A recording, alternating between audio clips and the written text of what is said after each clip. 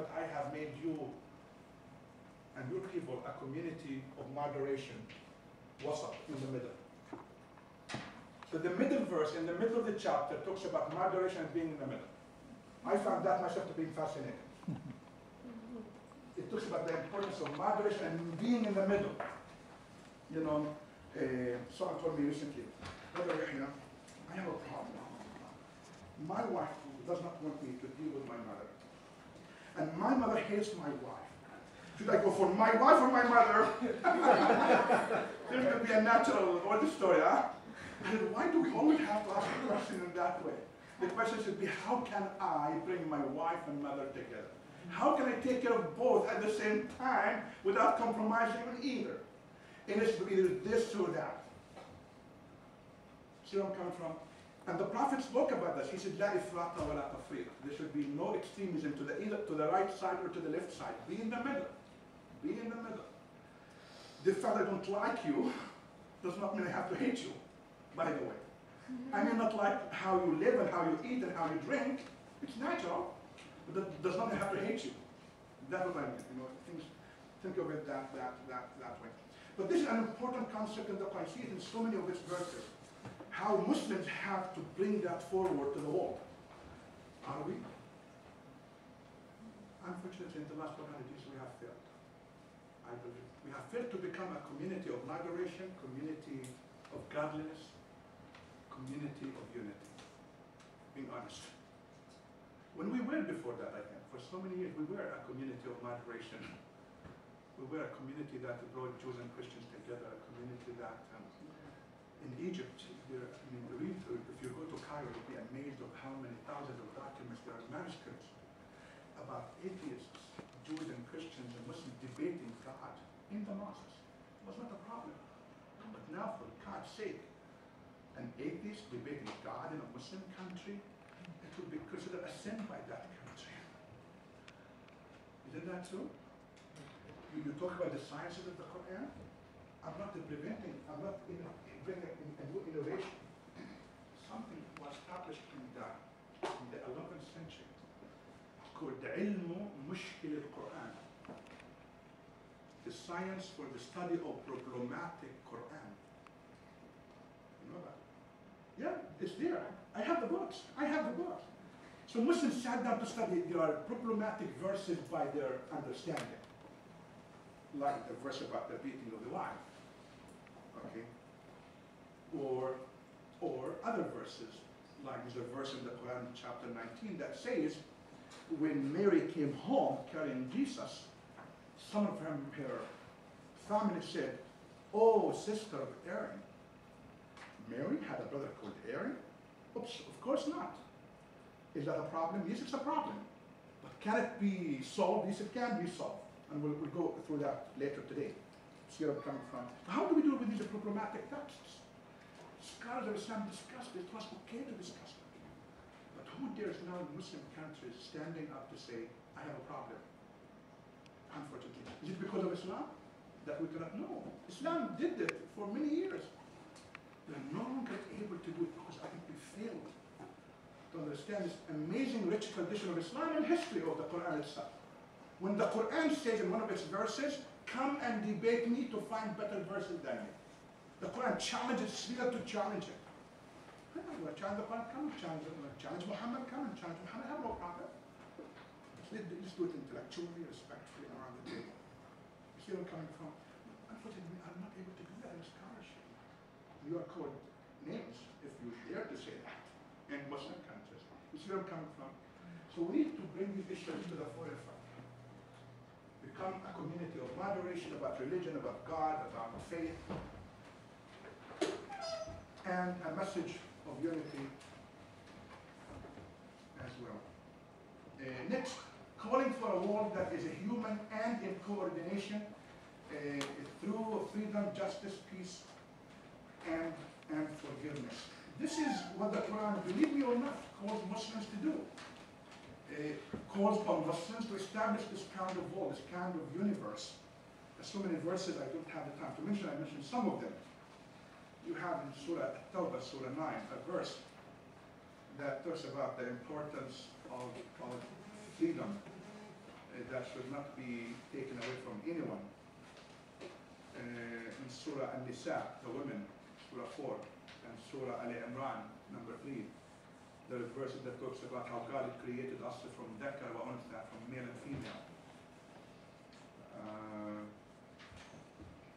What about Surah An-Nisa? Surah 4, ayah 75, it says, why is it that we don't strive for God's sake and for those who are oppressed, men, women, and children? That become the Quranic objective, that we stand up for those who are oppressed. Men, women, and children. The Quran does not say you stand up for Muslims who are oppressed, by the way. Anyone who is oppressed. So I, as a Muslim, I have to stand up for Christians who are persecuted by Muslims and by other than Muslims. I have to stand up against the Christians who are, Jews who are persecuted, Muslims, or even Buddhists and Hindus. I have to become a voice for those who are oppressed regardless, according to this verse in the Quran. The Quran is very clear. And the language, وَمَا لَكُمْ, and how dare that you don't stand up. So the Quran challenges you to really stand up and take it seriously. That you become a voice for those who are oppressed in anywhere. So I say often, what truly is not me, it's, I repeat the word, I think Martin Luther King, injustice anywhere is a threat to justice everywhere. I always started saying, sort of copying that somehow, that a threat to religion, any religion, anywhere, is a threat to religion, everywhere. And I take that from the Quran, from this. So I am, as a Muslim, obliged by this verse to stand up for Jews who don't have the right somewhere, or the Christians who don't have the right somewhere, or the Qadianis who don't have the right somewhere, the Baha'is who don't have the right somewhere. I know some Muslims, what I'm talking about now. I thought these are, what do you mean? God judges not me and not you. You can debate with them, but I stand up for all. I stand up for the Sunnis, I stand up for the Shia. I stand up for the Shia, I stand up for the Sunni. I stand up for all. I stand up for men, I stand up for women. And our policies should sort of reflect that. The kind of governor we work with. I know, Imam, works with Governor O'Malley's office. She's not here as such, but she does. And I really work very closely with Governor O'Malley because I see him a voice of justice for all. And I think the Quran wants me to be that. To become sort of a cause to stand up for justice, all justice, for everyone, everywhere. So because of that objective of the Quran. Again, in Surah Al-Mumtahina, Ayah 8 and Ayah 9, the verse says, and for those who fight you not and take you not away from your homes, that you show them the utmost respect. Bir, the Quran calls it, أن تبروهم, and وتقسطوا إليهم, and you do justice to them as well. The last objective of the Quran seems to be focused on building a family that is just, meaning husband, wife, children. There's so many verses in the Quran. Chapter An-Nisa, the women, talks a lot about women, men issues. It talks about marriage, about divorce, it talks about children. Surah Luqman, Surah 30, talks a lot about this also stuff, about father-son relationship there. And the Quran is interested in establishing that kind of just, good family. I like to mention here a few verses that talk about that. Al-Baqarah, Surah 2, Ayah 228. It says, وَلَهُنَّ مِثْلُ الَّذِي عَلَيْهِنَّ, that women's rights are equal to their duties. So we cannot demand women to do things and deprive them from their rights. We cannot. And some of us do that. The Quran says, كُنَّ لِبَاسٌ لَكُمْ وَأَنْتُمْ لِبَاسٌ لَهُمْ. Your wives are your garments and you are their garments. So the idea of completing one another, men complete women and women complete men. I'm not better than my wife, she's not better than me. She's not inferior and I'm not superior. We are equals. And about this I would like to say this. I find it fascinating that in the Quran, every time the Quran speaks about the Islamic concept of marriage, Islam does not use the word imra'a or rajul, man, woman. The Quran uses the word zawj, which means spouse. And by the way, one of the bad translations of Yusuf Ali's word, but zawj, every time you have the word zawj there, he translates it as wife. When zawj in Arabic means both, wife and husband. So every time there's a verse in the Quran that talks about the rights and duties as equals, it ends up becoming the wife. You see, it was quite a problem. Zawj means a partner in a pair of a relationship. You know, so the Arabic word for husband and wife is zawj and zawja, female partner and male partner. When zawj refers to both, zawja refers only to female. Okay. So again, this is a part of how people make mistakes about that. The most important verse about this, the establishment of a valuable house relationship, household, is in Surah Al-Ahzab, Ayah 7. The Quran says, and we have made between you mithaqan ghalidha, a very strong, firm covenant. So the relationship between the husband and a wife is a firm covenant. I never really understood this till I studied the Catholic concept of marriage. Didn't this Islamic concept came to make sense to me more, if you will? Because in a Catholic marriage, specifically in a Catholic marriage, the relationship between a husband and a wife is with a union with God too. So God is a present in that union between the man and the woman. That's exactly what the word mithaq al-ghalidha really means now in the Quran. So I was able to understand this Quranic verse when I studied the Catholic concept of marriage. That the union is not only between a man and a woman, it's a man and a woman and God. And that's what makes it mithaq al-ghalidha. It's not a game. It's not a game that one comes in and goes out and plays that disrespects rights and duties.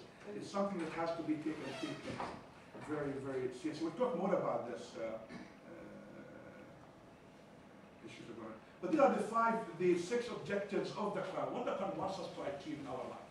So as you go back now home to read the Quran, every time you read the Quran, find out what objective of these ones the Quran wants you to do. Nothing more than this, trust me. Oh my God.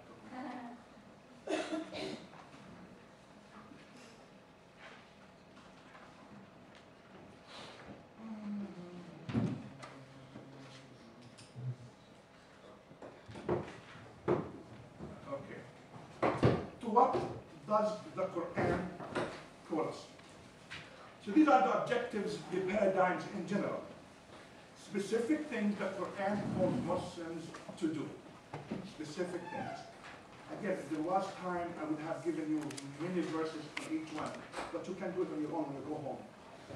Number one, the Quran calls on Muslims to unity. There's so many verses about this. The most important one is وَلَا تَنَازَعُوا فَتَفْشَلُوا وَتَذْهَبَ رِيحُكُمْ. Be not divided, for if you become divided, your impact will vanish. I like that. It's similar to the biblical verse, a house divided against itself does not stand. The very same idea. When you are divided, you can no longer stand. What the ayah in the Quran means, that when you fight, when you sort of disunite, your impact will vanish. You can no longer have a sound, united voice to do anything. You have to work together. And here it does not only speak of Muslims, because the Muslims have to be united without any doubt. People of the book have to be united. The human beings have to be united. And so unity comes at different levels and different manifestations. So environmentalists have to be united. Against war, theorists have to be united. Women have to be united. You know, Muslims have to be united. Human beings have to be united. Unity is quite important. I like that in the context of Surah Yasin. Surah Yasin is quite fascinating when it talks about this. The Quran puts it in quite amazingly in Surah Yasin in 9 verses. It talks about how God is united within himself. God, the unity of God, the unicity of God, you know, one God. Then after it talks about the one universe with all of its diverse entities, whether human beings or angels or earth or air or the kind of that, you know, that they work all in harmony with one another. The sun and the moon, the night and the day, the wind, and quite fascinating. Even recently when I was bothered how my car was filled with all kinds of, what do you call it, from the She's Holly. Bonnie, exactly. I said, oh my God, I have to wash my car every day. When I really thought about it, I was 270. That's good, actually. It means we're going to have plants and flowers and fruits and vegetables and this and that because of the wind. So there's harmony there. In what seems to be disastrous is after bringing something good. Isn't that true? Think about it. Think about it. So what does this all mean in our harmonious reality? So as you move from there, one God, one universe, you have one orbit, one human family. One human family. And within one human family, you have diversity that can come together to establish a strong reality. So the ayah in Surah 49, verse 13, O humankind, I, God, created you from a single pair of a male and a female, and made you into nations and tribes that you may come to know one another. The Quran challenges us to see diversity as something good. Diversity is something good, not something wrong. So we learn from one another in that regard. Where is it? So that's number one, the Quran calls us to. Number two, respectful pluralism. Respectful pluralism. Whether religious pluralism or ethnic pluralism or linguistic pluralism, there are so many verses in chapter 30, there are so many of them. Surah Al-Rum, in Surah Al-Baqarah, there are a few of them. In